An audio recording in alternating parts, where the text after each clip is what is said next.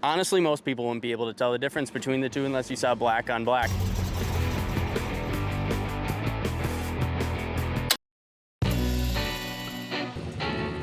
Hey, I'm Ryan Smith. I am the parts guy here at Unique Classic Cars. Kind of deal with anything and everything that is for repairs or custom builds that we are actually working on for customers. So we are walking up right now on a 62 Lincoln Continental. This is actually a customer build.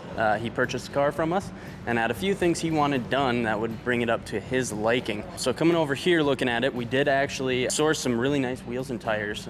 This was something that he had picked out and we made sure that we could get the best deal that we could on these. Coming over here, we did replace, we actually had the dash clock in these is mounted right next to the cluster over here. Had to source one of those for it. A little bit more difficult than I'd want to admit. And then the remote mirror here, he wanted that functioning. Kind of a cool little touch on these. Carb kit, little basic stuff that just to help with runnability. Otherwise, I think there was some suspension stuff that we had done earlier on before the rest of it. And actually turning the side here, this is another big one. Customer purchased this Camaro. It's a 79 Z28. It had some engine issues, so we're taking care of it for him. We ended up doing main bearings, rod bearings, had a few things replaced in the valve train. Heads were reworked. Full motor was out while it was out. We did clutch, resurfaced the flywheel, just making sure she's up to tip-top shape. And they're actually attempting to finish that up right now. All right, now that we're done in the shop with what we're working on right now, we can head out into the showroom and take a look at a few things that we have been working on in the past. We're walking up right here. This is kind of our little corner where we keep all of our projects or things that are just waiting on some parts to come in. Right here, this is actually a big one that we dealt with for quite a while. 55 Ford, the Coca-Cola truck, as we have all kind of coined it over here. This one was kind of a pain.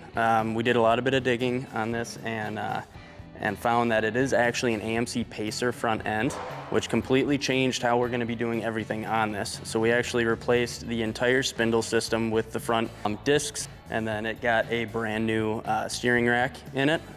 That was not fun, trying to find all that stuff and get it sourced and get it here in a timely manner.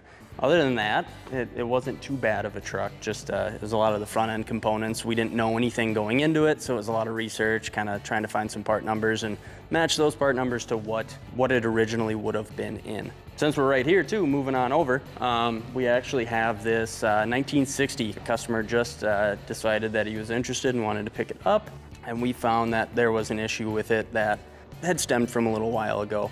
The steering gearbox in it actually is leaking pretty substantially from the inside. I was able to source somebody that can in fact rebuild it, crazy enough, and we've got it pulled out right now. It's actually shipped out. We're waiting for it to come back so that we can get it installed. Right next to it, this is actually really cool. We've had this car here for a little while now. One that not too many people have ever actually seen. So it's a 51 Willys Aero Ace. And the guy did a chopped roof on it. We ended up putting the entire suspension into this thing, put the engine into it. It's on a full coilover suspension now, outsourced for entire interior work. Actually had to do cutouts and make the windows for this, which was a whole new ball game. Don't deal with glass too often here, but making cutouts for these windows here, everything that fits a Willys Aero Ace is just a hair too tall. And so we had to actually cut this out, send it out, and it is actually tempered glass. So a little bit of custom, a little bit of fab work, retrofitting to actually get all of this to fit, but they are power windows, that all works. Still trying to figure out the final touches as far as the rear glass goes right now, but after everything, that is the only piece that we have left to do on this car. It is an absolutely gorgeous car. The finishing touches on it, I don't think you'll see something quite like this on the road anywhere else. It is pretty sweet.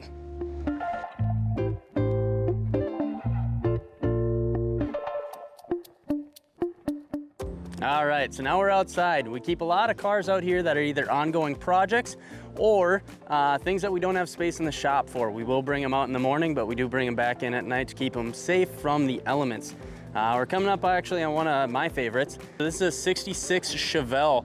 Customer picked this up and decided, you know what?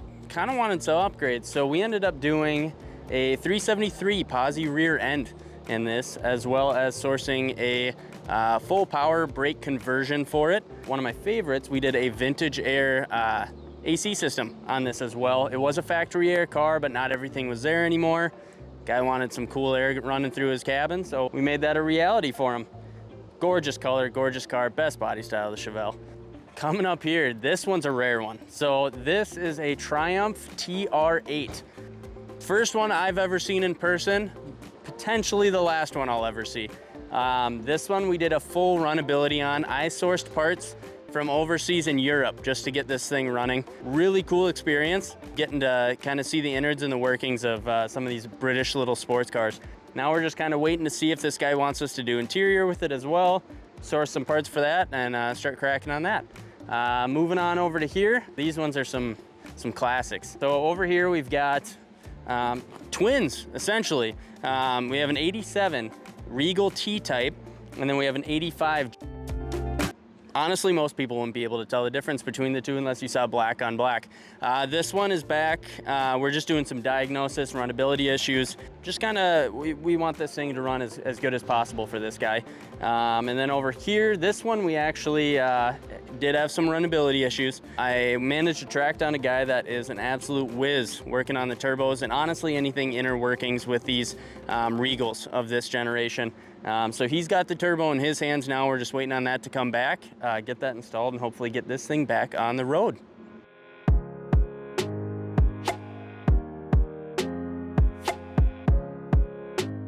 A lot of the parts for these cars are not as easy to get as they used to be. They're either back ordered or just not available. You know, these cars are 30, 40, 50, 60, 70 years old.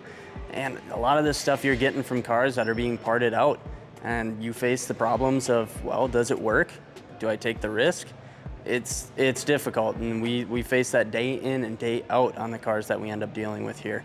Our service department is well versed in a variety of different vehicles. If you guys are interested in what we can do for yours, feel free to reach out to us at 507-386-1726.